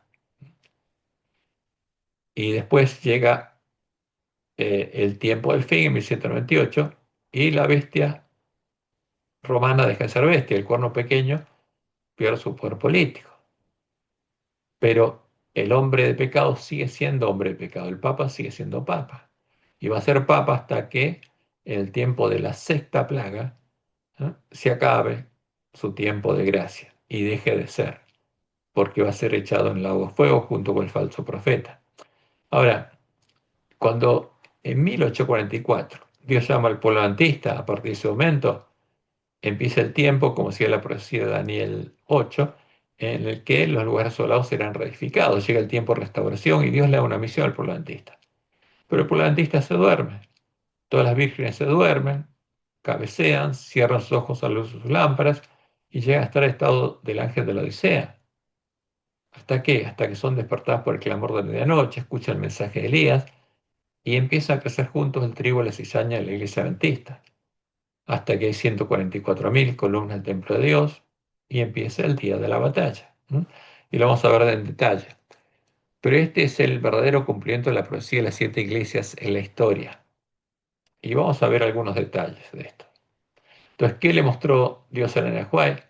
Que Satanás se regocijaba por caída de tantos y entonces incitó a la iglesia caída, a Roma, a obligar a quienes querían conservar la pureza de su religión a que accediesen a sus ceremonias al culto de las imágenes. ¿Qué imágenes? Las definidas en la doctrina de la Trinidad, que eran tres imágenes de la bandera negra de los paganos disfrazadas de cristianas, o recibirse la muerte. Los fuegos de la persecución se encendieron nuevamente contra la verdadera iglesia de Cristo, la iglesia del desierto, y millones fueron muertos sin misericordia. ¿Por qué? Por negarse a adorar la abominación desoladora, a la Trinidad. Porque es evidente que la Trinidad es la abominación desoladora. Y justamente, ¿qué llegaron a ser? Hijos del diablo, como dice Juan, en 1 Juan 3, 10 al 12. Llegaron a ser parte de la simiente de la serpiente. En esto se manifiestan los hijos de Dios y los hijos del diablo. Todo aquel que no hace justicia y que no ama a su hermano no es hijo de Dios, porque este es el mensaje que habéis oído desde el principio, que nos amemos unos a otros, no como Caín, que era hijo de quién, del maligno, de Satanás, y mató a su hermano. ¿Y por qué causa le mató? Porque sus obras eran malas y las de su hermano justas. Y fíjense que estos hechos son muy claros. Por supuesto que se le oculta al pueblo adventista para engañarlo. Pero estos hechos históricos, que son el cumplimiento de la profecía y que se busca ocultar al pueblo adventista, son muy claros. Primero, la doctrina de la Trinidad es la bandera negra de los paganos, la bandera de Satanás, elevada para perseguir a los miembros de la verdadera Iglesia de Cristo. La bandera que ya había sido introducida ya ha sido introducida en nuestra Iglesia por los siervos de la mujer Jezabel, porque la Trinidad está en nuestra Iglesia. Segundo, introduciéndola en nuestra iglesia, la Gran Babilonia ya le ha dado de beber al pueblo adventista del vino el furor de su fornicación con el dragón, ya ha caído definitivamente y ha llegado el momento en que toda la tierra adoró al dragón, como dice Apocalipsis 14:8, que es verdad presente. Otro ángel le siguió diciendo, ha caído Babilonia, la gran ciudad, porque ha hecho beber a todas las naciones, no quedó una que no lo bebiera, y la única que no lo había bebido era el polantista, del vino el furor de su fornicación. Y por eso se maravilló toda la tierra en pos de la bestia, como leemos en Apocalipsis 13, 3 y 4. Vio una de sus cabezas como herida de muerte, ¿eh? Una de las cabezas de la Gran Babilonia, que es la religión romana, la mujer Isabel, pero su herida mortal fue sanada y se maravilló toda la tierra. ¿Eh? Y la tierra es donde está el pueblo de Dios, y no solo el mar, porque el mar representa la Gran Babilonia, y las iglesias caídas están en el mar. Pero la tierra es donde está el pueblo de Dios, la iglesia adventista. Y se maravilló toda la tierra en pos de la bestia, y adoraron al dragón. ¿A quién? A Satanás, que había dado autoridad a la bestia, y adoraron a la bestia, diciendo, ¿quién como la bestia y quién podrá luchar contra ella? Y otro tema que no se puede negar es que, en tercer lugar, las imágenes definidas en la doctrina de la Trinidad son imágenes de la bandera negra de los paganos, como Dios le mostró a Joel. Son ídolos paganos. ¿Y esto quiere decir? Que la Trinidad, el Dios Padre de la Trinidad, el Dios Hijo de la Trinidad y el Dios Espíritu Santo de la Trinidad son ídolos paganos. Y eso es muy claro, son ídolos paganos. Y el que adora estos ídolos adora a Satanás y a los demonios. Y Roma muestra en sus imágenes cuál es la identidad de estos ídolos. Primero, a la Trinidad, al que llama el ser divino en su unidad, la sustancia divina, justamente es un ídolo al que Roma representa con la imagen del sol, la imagen de Baal, el dios de Egipto. Fíjense, la primera imagen es la que le mostró Satanás a Constantino. Después está la imagen donde Dios es el sol y se manifiesta en tres hipóstasis: va al Padre, va al Hijo y va al Espíritu Santo. Y acá en una iglesia, esto es en Córdoba, Argentina, en Altagracia, ¿cómo representan a Dios? Es el sol. Dios es el sol. El sol es Dios. Y acá esto lo encontramos en Roma, donde se pone al Dios de Egipto como la Trinidad, porque es la gran ciudad que se llama Babilonia, Sodoma y Egipto. Es el mismo Dios, es el Dios de todas las bestias, es el dragón. Y segundo, al Dios Padre, que también es un ídolo, es una hipóstasis o manifestación del Dios Sol, es Baal Padre, al que Roma representa con la imagen de Zeus. No tiene ningún empacho en mostrar la imagen de Zeus. Aquí hay un busto de Zeus que está en el Museo Vaticano, y acá ponen alegorías de Dios Padre. ¿Y qué ponen?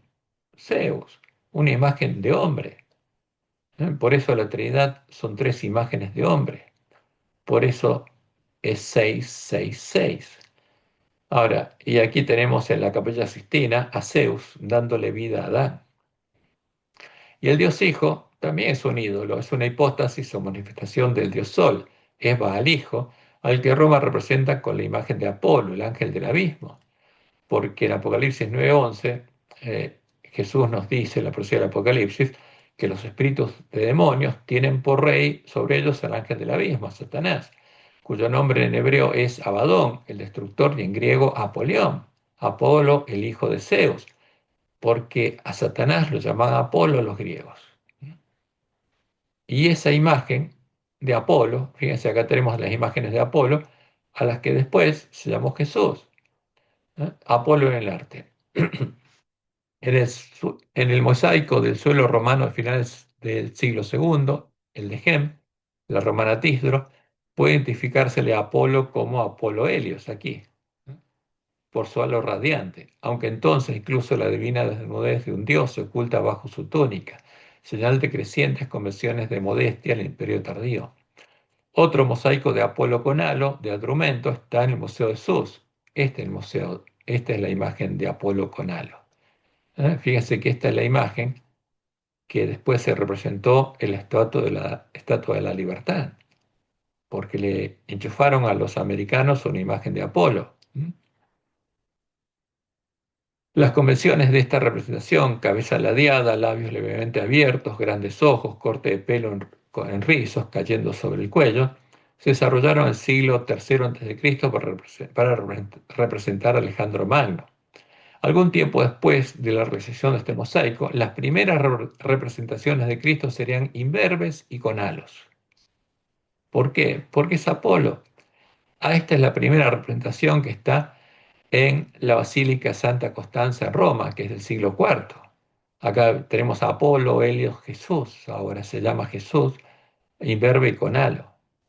Y ahora le agregaron barba, el Apolo moderno con halo y con barba. Esta es la imagen que publicó el Papa anterior cuando fue nombrado justamente Papa, el Papa argentino. Esa es la imagen que publicó, que Jesús lo había nombrado Papa, pero ese no es Jesús, es Apolo, el ángel del abismo, la imagen de Satanás. Y después está el Dios Espíritu Santo, que también es un ídolo, es una hipóstasis o manifestación del Dios Sol, es Baal Espíritu Santo, al que Roma representa con la imagen de una paloma descendiendo del Sol. Fíjense, el Espíritu Santo del Catecismo viene del Sol, acá es una paloma de fuego, que es muy significativa, porque es el fuego del Sol, es el Sol descendiendo como paloma. Acá en la cabeza tiene un círculo solar, que significa que es el Sol. Acá directamente pone el círculo que es el Sol descendiendo. Y esa imagen es la que se incluyó en el folleto de la acción de la Escuela Sabática Adventista el 4 de marzo del 2017 y se habló del Espíritu Santo y la Iglesia. Pero este es el Espíritu Santo de Roma, que habita en Roma y le hace habitación de demonios, y a eso el pueblo adventista se le está dando a beber, diciéndole que el mismo Espíritu Santo que habita en Babilonia es el que habita en la iglesia adventista. Y lamentablemente es así. Por eso va a haber cizaña en la iglesia adventista, por eso va a germinar la semilla de la cizaña y va a crecer en la iglesia adventista. ¿Por qué? Porque los que reciban este Espíritu Santo van a ser hechos habitación de demonios. Y lo que es claro es que el que adora a estos ídolos, como lo hacen los dirigentes de nuestra iglesia, para buscar la amistad de las iglesias caídas y fornicar con ellas, como el pueblo de Israel en Sittim, el que hace esto no conoce al verdadero Padre ni al verdadero Jesús. ¿Está adorando a quién? A un falso Dios, como Jesús lo dijo en Juan 16, 1 al 4. Estas cosas os he hablado para que no tengáis tropiezo, os expulsarán de las sinagogas. Y aún viene la hora cuando cualquiera que os mate, como hace Roma en defensa de la Trinidad, pensará que rinde servicio a Dios, y harán esto porque no conocen al Padre ni a mí. Ahora, el que adoraba la Trinidad, ¿conocía al verdadero Dios y al verdadero Jesús? No. Y los adventistas que adoran a la Trinidad, empezando por nuestros dirigentes, ¿conocen al verdadero Dios y al verdadero Jesús? No. Por eso Dios nos dijo por medio de Elena White, y lo tenemos en el evento de los últimos días, página 181, una cosa es cierta, los adventistas del séptimo día que adoptan su posición bajo la bandera de Satanás, la misma bandera de Roma, la Trinidad, primero abandonarán su fe las advertencias y reproches contenidos en los testimonios del Espíritu de Dios. Ahora, el polantista está adorando ídolos, empezando por nuestros dirigentes. Y el que adora a estos ídolos, a estas abominaciones, a la abominación desoladora, como el pueblo de Israel en el tiempo de su apostasía, adora a Satanás y a los demonios. Y como Dios nos dijo por medio de Ellen White, tenemos que decirlo claramente. El que está adorando a Satanás y a los demonios tiene que saber que lo está haciendo para que deje de adorarlos.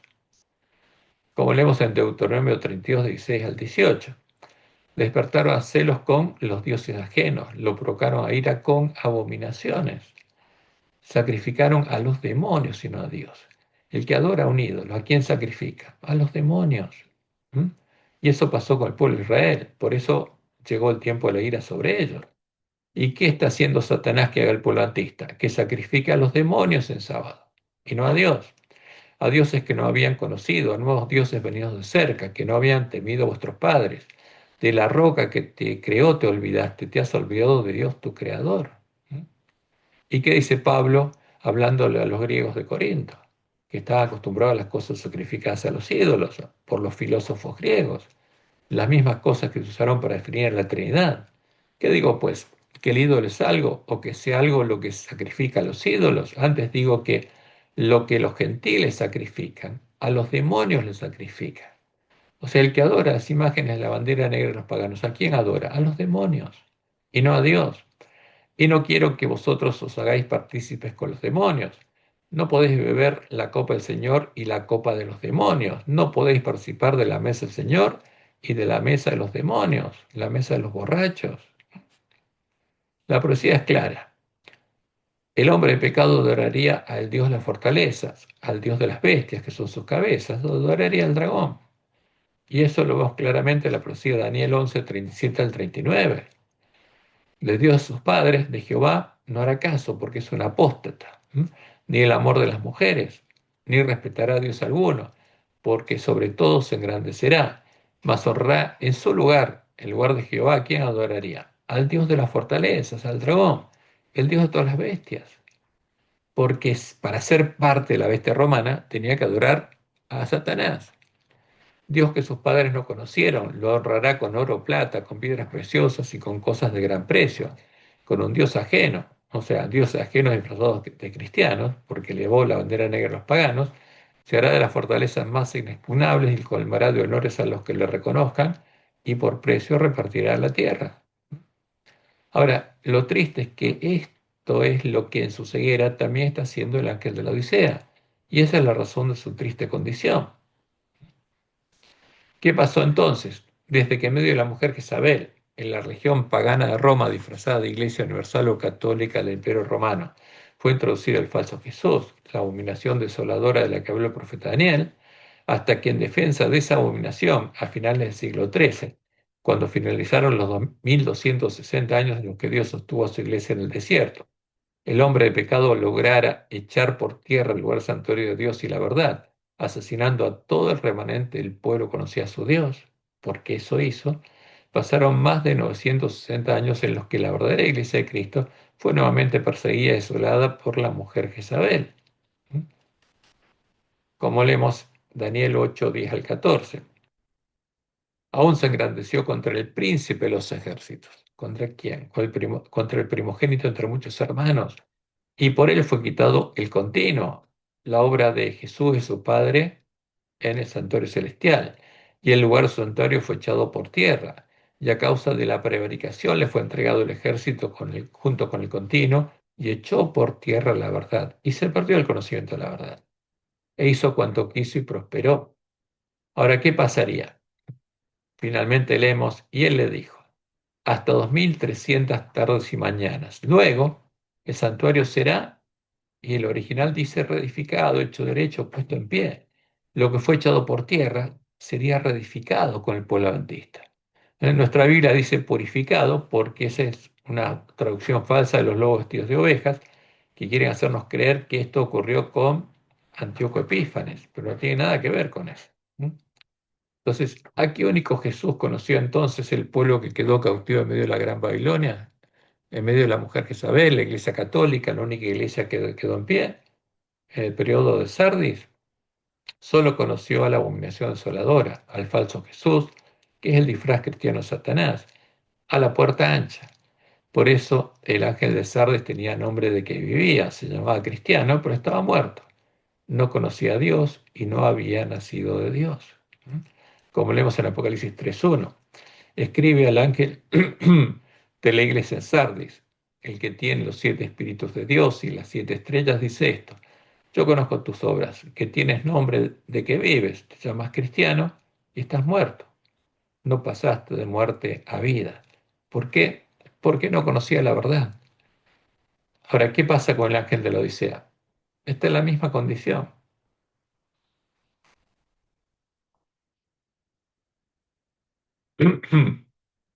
Y ese conocimiento de la verdad recién sería recuperado por el pueblo de la iglesia remanente en el tiempo de la última generación, cuando veríamos iluminado el camino a la ciudad de Dios, como Dios le mostró a Joel en su primera visión.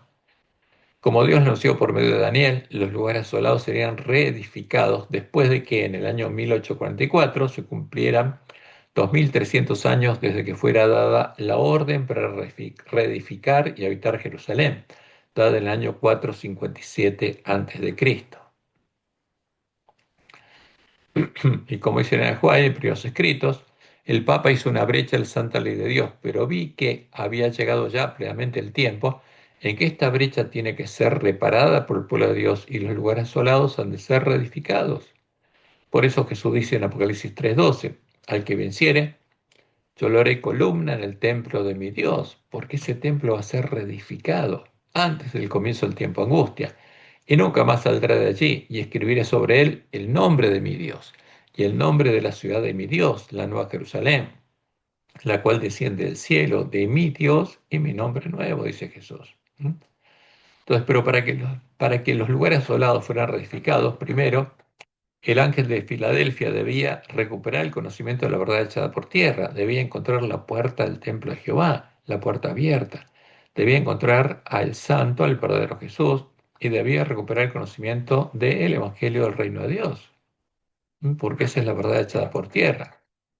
Y eso ocurriría cuando escucháramos el clamor de medianoche, como Dios le mostró a Juan, es una promesa para el pueblo adventista en su primera visión. Y ella dice, como Dios me ha mostrado el camino que el pueblo adventista ha de recorrer en viaje a la santa ciudad. Y ese es el camino angosto. Alcé los ojos y vi un sendero recto y angosto trazado muy por encima del mundo. El pueblo adventista andaba por este sendero en dirección a la ciudad que se veía en su último extremo. El sendero angosto, ¿a dónde lleva? A la ciudad de Dios, a la Nueva Jerusalén, a la iglesia triunfante. En el comienzo del sendero, detrás de los que ya andaban, y los que andaban eran las vírgenes sensatas, los siervos fieles y prudentes. Había una brillante luz que, según me dijo un ángel, era el clamor de medianoche. Entonces, ¿qué ilumina el camino hacia Dios? El clamor de medianoche, el mensaje de Elías, porque se empieza a predicar de nuevo el Evangelio eterno. Esta luz brillaba a todo lo largo del sendero y alumbraba los pies de los caminantes para que no tropezaran. Entonces, ¿cuándo sucede eso? Fíjense que en 1844, aquí, Dios llama al pueblo adventista. Estaba en la condición del ángel de Filadelfia hasta que las vírgenes se duermen, ¿no? Todas las vírgenes cabecean y se duermen, y después son despertadas por el clamor de medianoche, en el tiempo de la última generación. ¿Y cuál es el resultado? Las vírgenes sensatas recorren el camino angosto, llegan a la ciudad de Dios, y llega a haber 144.000 columnas en el templo de Dios. Esa es la promesa de Dios al pueblo adventista. Las 144.000 columnas del templo de Dios son los 144.000 sellados, un número simbólico, pero van a ser las plantas de trigo con fruto que Dios coseche en la iglesia adventista, porque en la iglesia adventista va a haber trigo, va a haber cizaña, por supuesto que sí, va a haber trigo, sí, y cuando Dios coseche al trigo de la iglesia adventista habrá cumplido su misión, porque esa es la misión que Dios le dio al pueblo adventista: recuperar el conocimiento de la verdad para que haya un pueblo preparado para ir con Jesús a la iglesia, a la batalla, a la última batalla, y esa iglesia es la iglesia triunfante, es la Nueva Jerusalén, ya no será más la Odisea. Cuando empieza el tiempo de angustia, la que va a la batalla es la iglesia triunfante, la esposa del Cordero, porque el espíritu de la esposa van a llamar al pueblo que está en Babilonia diciéndole ven, y esa es la esposa, es la Nueva Jerusalén, la iglesia triunfante. Ahora, ¿quiénes arreglarían sus lámparas y llegarían a la ciudad de Dios? como Jesús lo anunció, solo lo harían las vírgenes sensatas. Ellas entrarían con el esposo a las bodas. Y a las otras vírgenes que no se habrían preparado, les sería cerrada la puerta. Y en este tiempo habría dos Jesús, dos puertas. Está el santo, el verdadero Jesús, el testigo fiel y verdadero, la puerta estrecha del templo de Jehová y el camino angosto que lleva a la vida, a tener el nombre de Dios escrito en la frente, al que deberíamos buscar y encontrar. Y está el falso Jesús, el engañador y el testigo falso, que no es otra cosa que el disfraz cristiano de Satanás, la puerta ancha por la que se entra a la sinagoga de Satanás, y el camino espacioso que lleva a la perdición, a conocer las profundidades de Satanás, que habría sido puesto frente a nosotros. Lo que está en las creencias fundamentales de la Iglesia Adventista, que es la puerta ancha, la bandera negra de los paganos, la Trinidad. ¿Mm? Y por eso Jesús nos advierte en el mensaje al ángel de Filadelfia lo siguiente. Escribe el ángel de la iglesia en Filadelfia. Esto dice el santo, el verdadero. ¿Por qué? Porque tenemos que entender que hay uno que es el verdadero y hay uno falso. Y enseguida se identifica el que tiene la llave de David, el que abre y ninguno cierra y cierra y ninguno abre. ¿Por qué? Porque él no le dio, justamente el verdadero es el que no le dio la llave de David a ningún hombre para que ate y desate, como el engañador y el testigo falso, el falso Jesús se le dio al Papa. ¿Eh? Y los sabios de Roma escribieron nuestra Biblia. A ti te daré las llaves del reino. Mentira. Jesús es claro. El santo, el verdadero, es el que no le dio la llave del reino a nadie, porque él abre y ninguno cierra y cierra y ninguno abre. Y sigue diciendo, yo conozco tus obras, he aquí he puesto delante de ti una puerta abierta, la cual nadie puede cerrar. ¿Y cuál es la puerta abierta? La puerta estrecha por la que se entra al templo de Jehová, los lugares asolados que deben ser reedificados. ¿Y para qué nos dejó abierta la puerta? Para que la busquemos y la encontremos. Porque aunque tienes poca fuerza, has guardado mi palabra y no has negado mi nombre. He aquí, dice, yo entrego de la sinagoga de Satanás, a la que se entra por la puerta ancha, porque va a haber adventistas que van a entrar por la puerta estrecha y otros por la puerta ancha, y van a ser hechos parte de la sinagoga de Satanás, a los que se dicen ser judíos, se dicen verdaderos cristianos, circuncidados por Jehová en el corazón, y no lo son, sino que mienten, son hacedores de maldad. He aquí, yo haré que vengan y se postren a tus pies y reconozcan que yo te he amado. Y como Dios le mostró el enajuayo, eso ocurrirá en el tiempo de la sexta plaga, cuando los impíos adventistas, especialmente los ministros impíos adventistas, reconozcan que a los que ellos persiguieron e hicieron que el pueblo persiga, tenían la verdad y eran el pueblo al que Dios amaba. Por eso deberíamos hacer lo que Jesús nos dice y buscar hasta encontrar la puerta estrecha y no entrar por la puerta que habría sido puesta delante de nosotros, por los lobos que habrían venido a nosotros vestidos de ovejas. Porque los que entraran por la puerta ancha entrarían a la sinagoga de Satanás y llegarían a conocer las profundidades de Satanás. Llegarían a ser hijos del padre de maldad, hacedores de maldad, que usarían el mismo poder que el falso profeta del Apocalipsis para hacer señales y milagros, el poder de los espíritus de demonios. Y esa es la puerta que está puesta delante de nosotros. Por eso Jesús nos dice, entrad por la puerta estrecha, porque ancha es la puerta, y espacioso el camino que lleva a la perdición, y muchos son los que entran por ella. ¿Cuántas vírgenes sensatas va a haber y cuántas vírgenes insensatas? Los que van a entrar por la puerta ancha van a ser muchos, ¿m? Porque estrecha es la puerta y angosto el camino que lleva a la vida, y pocos son los que la hallan, porque hay que buscarla. En nuestra iglesia no está frente a nosotros, hay que buscarla hasta encontrarla. Y sigue diciendo Jesús, guardados de los falsos profetas que vienen a vosotros con vestidos de ovejas, vestidos de adventistas, pero por dentro son lobos rapaces. ¿A qué vienen? A poner la puerta ancha delante de nosotros para que entremos en la sinagoga de Satanás. Y finalmente termina diciendo Jesús, muchos me dirán aquel día, Señor, Señor, no profetizamos en tu nombre y en tu nombre echamos fuera demonios y en tu nombre hicimos muchos milagros y nos diste poder y van a tener poder. Sí, realmente lo van a hacer. Como Dios le mostró a Juan, en nuestra iglesia va a haber milagros. Y entonces, dice Jesús, les declararé, nunca os conocí. ¿Por qué? Porque son los muchos que entraron por la puerta ancha. ¿A quién conocieron? A Satanás. Apartados de mí, hacedores de maldad, hijos del Padre de maldad.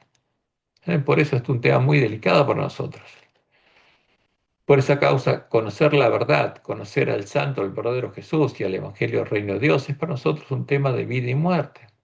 Por eso Dios prometió preparar a sus mensajeros actuando como el hombre de la escobilla y enviarnos al profeta Elías para que pudiéramos ver claramente la diferencia entre el santo, el verdadero Jesús y el falso Jesús, que es el disfraz del engañador y el testigo falso.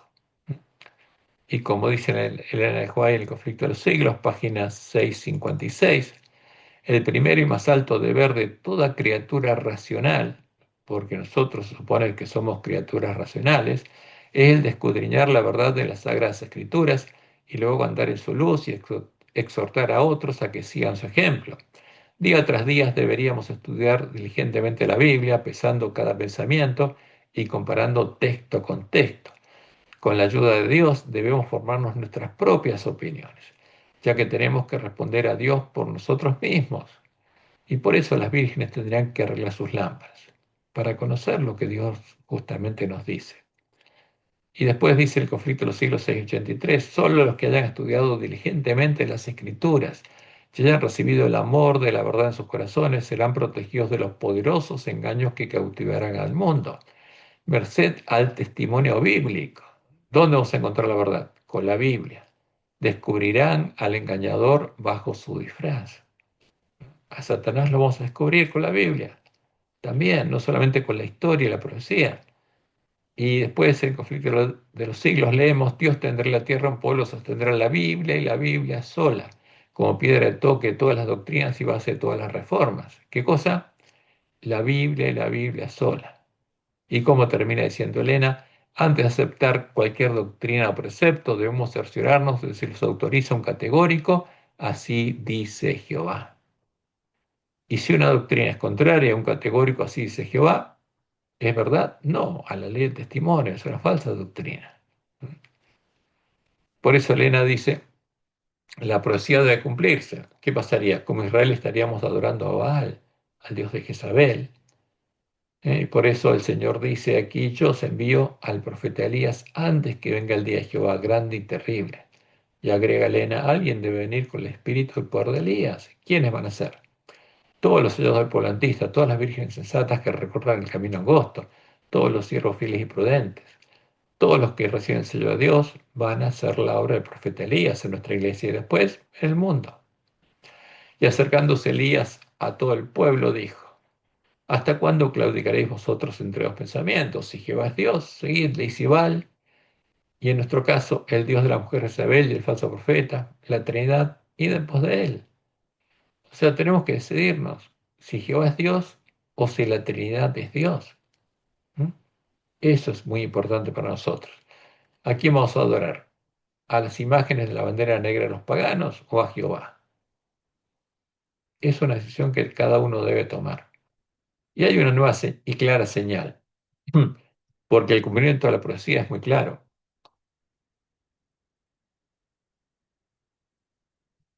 Como le fue revelado en la de Juan y la bestia, en la iglesia de Roma, que fue parte de la bestia romana, y el falso profeta, las iglesias protestantes caídas, se unirían en puntos comunes de doctrina para adorar al dragón, adorando al ídolo común, al que la profecía identifica como la imagen de la bestia, la imagen del dragón. Cuando esto sucediera, se empezaría a desplegar el rollo, se cumpliría la profecía delante de nuestros ojos y nosotros seríamos probados, porque no tendríamos ninguna duda de cuál es la imagen de la bestia. Y esto es lo que escribió Elena. No podemos ver cómo la iglesia romana puede exonerarse de la acusación de idolatría, que adora un ídolo.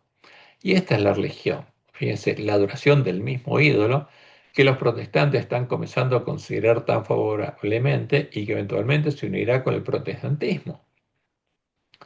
Adorarían al mismo ídolo.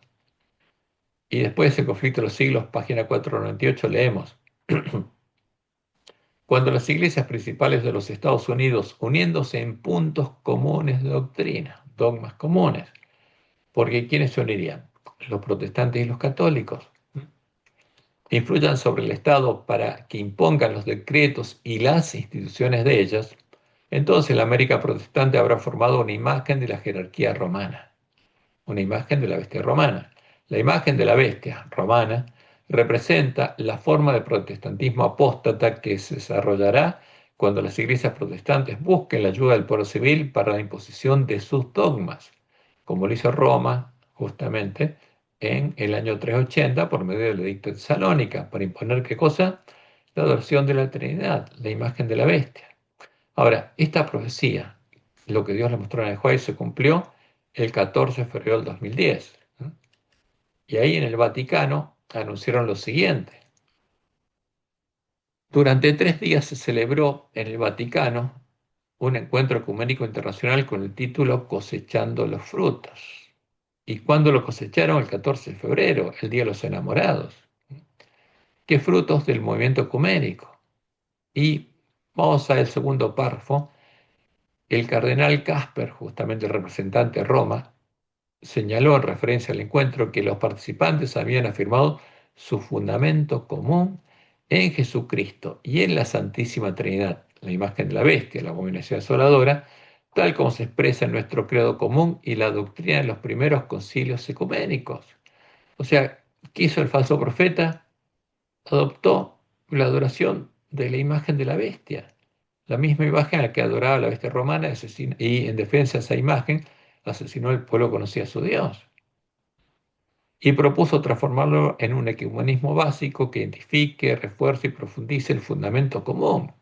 Ahora, ¿cuál es el fundamento? ¿Es la roca, es Jehová o es la arena? Es la arena. ¿No?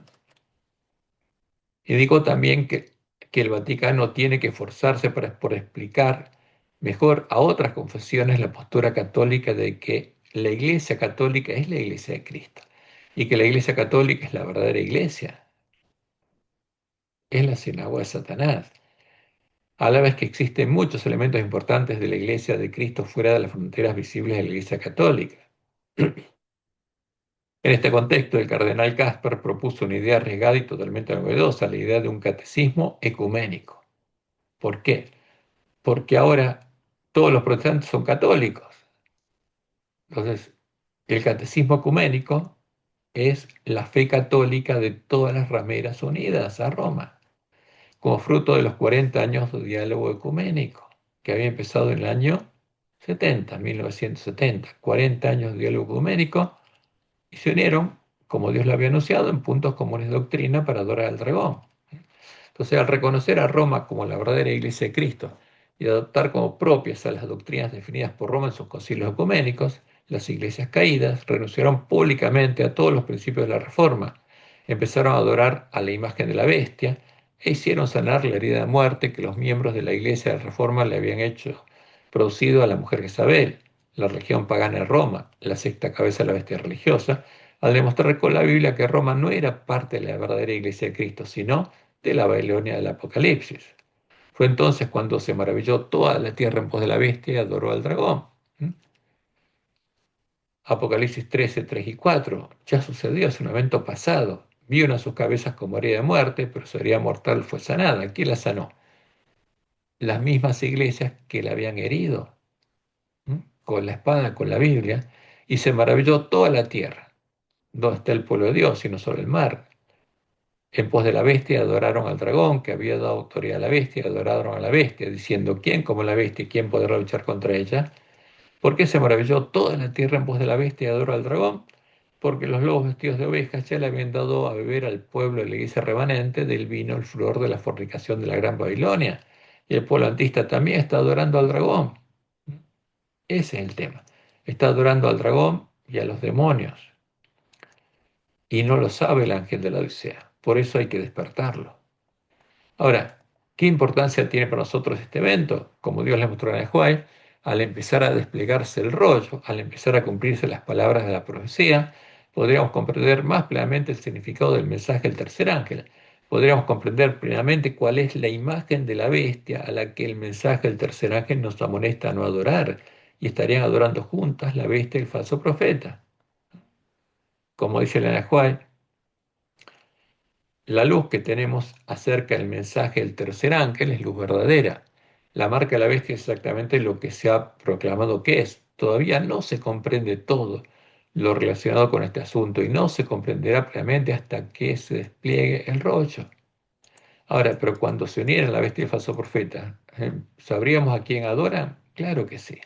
Pero se llevará a cabo una obra de gran solemnidad de nuestro mundo.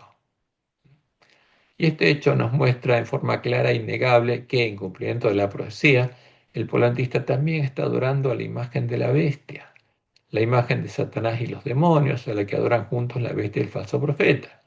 Está adorando al ídolo cuya adoración consciente lleva a conocer las profundidades de Satanás y a ser sus hijos, hacedores de maldad, que son parte de la simiente de la serpiente. Por eso es un tema muy delicado para el polantista. Y hay que proclamarlo en voz alta esto, todos tienen que enterarse.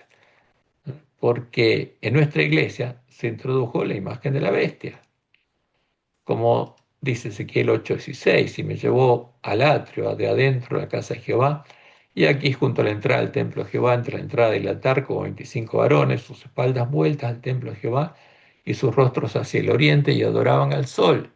¿A quién adoraban? Al Dios de la mujer Jezabel, y el Dios del falso profeta, postrándose hacia el oriente.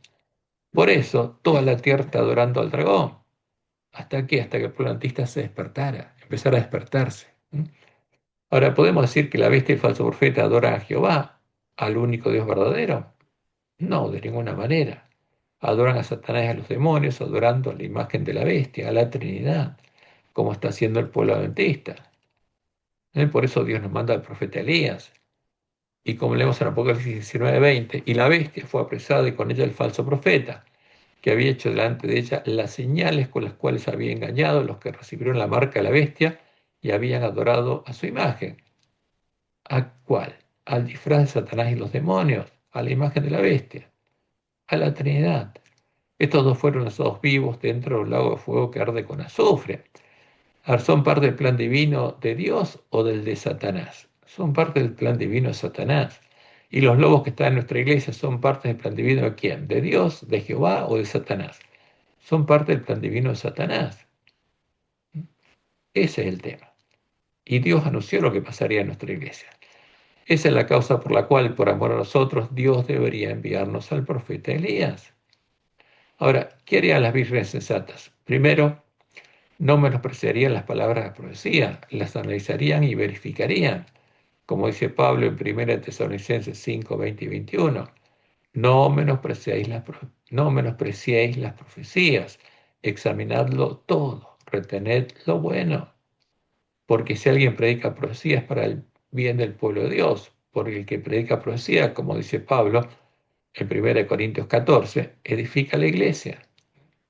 Segundo, arreglarían sus lámparas y comprobarían si estas cosas son o no son así, como los hermanos de la iglesia en Berea. Inmediatamente los hermanos enviaron de noche a Pablo y a Silas hasta Berea, y ellos, habiendo llegado, entraron en la sinagoga de los judíos. Y estos eran más nobles que los que estaban en Tesalónica, pues recibieron la palabra con toda solicitud, escudriñando cada día las escrituras para ver si estas cosas eran así. ¿Por qué? Tenían hambre y sed de justicia, y eso van a ser las vírgenes sensatas. Y por último, no cerrarían sus ojos para no ver y sus oídos para no oír. Y esta es una advertencia muy clara que Dios nos da por medio de Elena de White. Los que tienen una oportunidad de oír la verdad y sin embargo no se esfuerzan por oírla ni comprenderla, pensando que si no oyen no serán responsables, serán considerados culpables ante Dios, lo mismo como si la hubieran oído y rechazado. No habrá excusas para los que elijan caminar en el error cuando podrían haber entendido lo que es la verdad. Jesús, en sus sufrimientos y muerte, ha hecho expiación para todos los pecados de ignorancia, pero no se ha preparado remedio para la ceguera voluntaria. No seremos considerados como responsables por la luz que no ha llegado a nuestra percepción, sino por la que hemos resistido y rechazado. Un hombre no puede posesionarse de la verdad que nunca se le ha presentado y por lo tanto no podrá ser condenado por la luz que nunca tuvo. Ahora, si cerró sus ojos para no ver y sus oídos para no oír, rechaza la verdad. Y es un tema muy delicado. Por eso nosotros Si somos vírgenes sensatas, vamos a buscar hasta encontrar la verdad. Y si Dios nos manda un mensaje, vamos a probar si es verdadero o es falso. Y no vamos a cerrar nuestros ojos ni a los hechos que podemos ver en la historia, ni a las palabras de Dios. Que Jehová los bendiga y los guarde y los guíe a toda verdad y tengan un bendecido día. Y los esperamos mañana porque vamos a continuar estudiando justamente el mensaje de Elías y vamos a ir profundizando cada vez más en este tema que es muy delicado para el pueblo adventista. Nuevamente, que Jehová los bendiga y los guarde y los guíe a toda verdad.